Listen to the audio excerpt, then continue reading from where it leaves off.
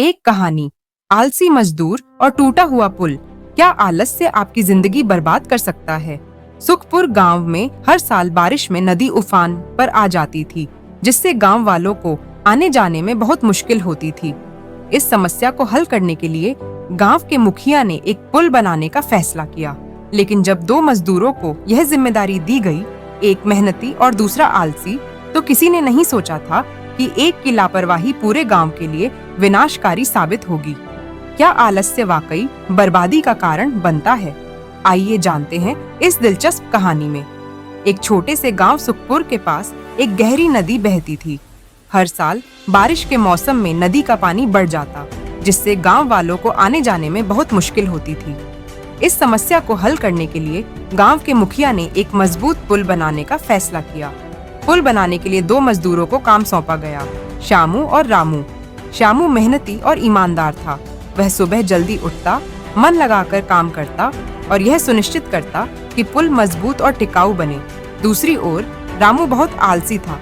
वह हर दिन कोई न कोई बहाना बनाकर काम टालता। कभी कहता आज बहुत धूप है, कल कर लेंगे, तो कभी कहता बारिश अभी दूर है, इतना जल्दी क्या है। वह अपना समय आराम करने और बातें बनाने में बर्बाद कर देता, जबकि श्यामू अकेले मेहनत करता रहता।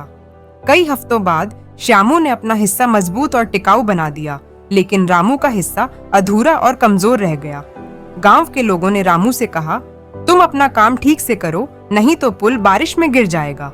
लेकिन रामू हंसते हुए बोला, अरे कुछ नहीं होगा, यह पुल सालों तक चलेगा। कुछ ही दिनों बाद भारी बारिश शुरू हो गई।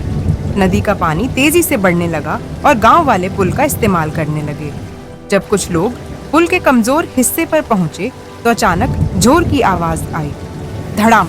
रामू का बनाया हुआ कमजोर हिस्सा टूटकर नदी में गिर गया। कई लोग उसमें गिरने से बाल बाल बचे, लेकिन पुल अब किसी काम का नहीं रहा। गांव के लोग गुस्से में रामू के पास गए और बोले, अगर तुमने मेहनत से काम किया होता तो आज यह पुल नहीं टूटता। रामू शर्मिंदा था। उसे एहसास हुआ कि अगर उसने समय पर मेहनत की होती तो पुल मजबूत बनता और गांव वालों को यह मुश्किल नहीं झेलनी पड़ती। अब उसकी आलस्य की आदत पूरे गांव के लिए मुसीबत बन चुकी थी।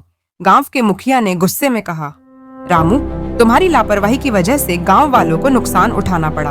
अब हम तुम्हें कोई जिम्मेदारी का काम नहीं देंगे। दूसरी ओर श्यामू की मेहनत देखकर मुखिया ने उसे एक और बड़ा निर्माण कार्य सौंप दिया।